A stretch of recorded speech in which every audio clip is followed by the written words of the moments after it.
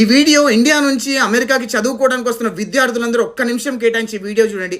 ఇటీవల అమెరికాకు చదువుకోవడానికి వస్తున్న విద్యార్థులందరూ ఎవరైతే పార్ట్ టైం జాబ్ చేసుకున్నారో వాళ్ళు ఇబ్బందులకు గురవుతున్నారు, వాళ్ళు ప్రాణాలు కోల్పోతున్నారని చెప్పి చాలా న్యూస్లు ఫ్లోట్ అవుతూనే మనం అందరూ చూస్తూ ఉన్నాము. రీసెంట్గా నా కజిన్ వాళ్ళ ఫ్రెండ్ ఒక అబ్బాయి కూడా గ్యాస్ స్టేషన్లో పనిచేస్తూ గన్ వైలెన్స్ గురయ్యి ఆ అబ్బాయి చనిపోవడం జరిగింది. ఆ సిచ్యుయేషన్ చూసిన తర్వాత మనసు కలిసివేసి నా వంతు ప్రయత్నము కొన్ని ఇన్పుట్స్ స్టూడెంట్స్కి ఇద్దామనే ప్రయత్నంలో భాగంగానే ఈ వీడియో చేయడం జరుగుతుంది. మరీ ముఖ్యంగా ఇక్కడ పార్ట్ టైం జాబ్ చేసుకున్న స్టూడెంట్స్ అందరూ కూడా ఒక విషయం గుర్తుపెట్టుకోండి, మన ప్రాణాలని మనమే కాపాడుకోవాలి. మన ప్రాణాలను ఎవ్వడూ కాపాడడు. నీ స్టోర్కి కానీ లేదా నీ ఫుడ్ కోర్ట్కి కానీ లిక్కర్ స్టోర్కి కానీ ఎవడైనా అంతా కూడా వచ్చి నీ పాయింట్ బ్లాక్లో గన్ను పెట్టి నీ కౌంటర్లో డబ్బులు ఇచ్చే అంటే ఇచ్చేసేయండి, నష్టం ఏమీ లేదు. ఎందుకంటే అది మొత్తం సీసీ కెమెరాలో రికార్డ్ అవుతుంది. సీసీ కెమెరా రికార్డ్ అయితే కనుక పోలీస్ కేసు అయితే నీ స్టోర్ 100% ఫుల్లీ ఇన్షూర్డ్ ఉంటుంది. కాబట్టి నీ స్టోర్ ఓనరు దాని మీద ఇన్సూరెన్స్ క్లెయిమ్ చేసుకొని రూపాయికి 10 రూపాయలు తెచ్చుకుంటాడు. అంతేగాని మీ ప్రాణాలు మాత్రం అడ్డుపెట్టే ప్రయత్నం చేయకండి. దయచేసి స్టూడెంట్స్ అందరూ ఇది విషయం గుర్తుపెట్టుకోండి. మీ ప్రాణాలు అడ్డేసి ఏదో పోరాడితే మీకేదో కిరీటం పెడతారని మాత్రం అనుకోకండి.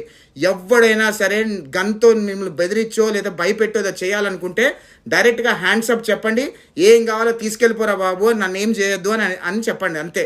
అదేవిధంగా మరీ ముఖ్యంగా ఆర్ట్ జాబ్స్ చేస్తున్న గ్యాస్ స్టేషన్లో కానీ లేదా ఫుడ్ కోర్ట్స్లో కానీ లేదా మెక్డీలో కానీ వాళ్ళు చేస్తున్న వాళ్ళందరికీ చిన్న టిప్ ఇద్దాం అనుకున్నా, ఇష్టం ఉంటే ఫాలో అవ్వండి.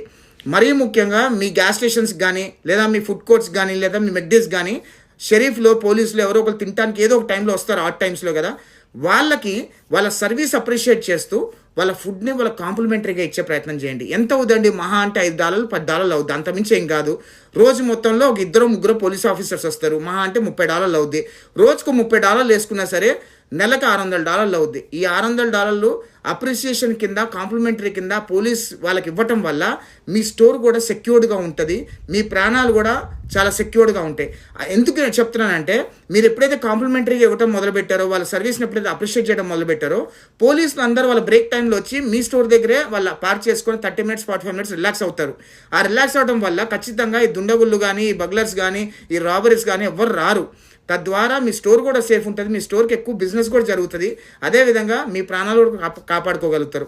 దయచేసి ఇట్లాంటి చిన్న టిప్స్ మీ స్టోర్ ఓనర్స్కి చెప్పే ప్రయత్నం చేయండి. మీ స్టోర్ ఓనర్స్ని ఒప్పించే ప్రయత్నం చేయండి. తద్వారా మీ ప్రాణాలు బాగుంటాయి, బిజినెస్ పెరుగుతుంది, ఆ స్టోరు సెక్యూర్గా ఉంటుందని చెప్పి వాళ్ళ బిజినెస్ కేసు ద్వారా అర్థం చేయించే ప్రయత్నం చేయండి. ఇంకొక విషయం ఏంటంటే, అందరి స్టోర్స్ 100% ఇన్ష్యూర్డ్ ఉంటాయి.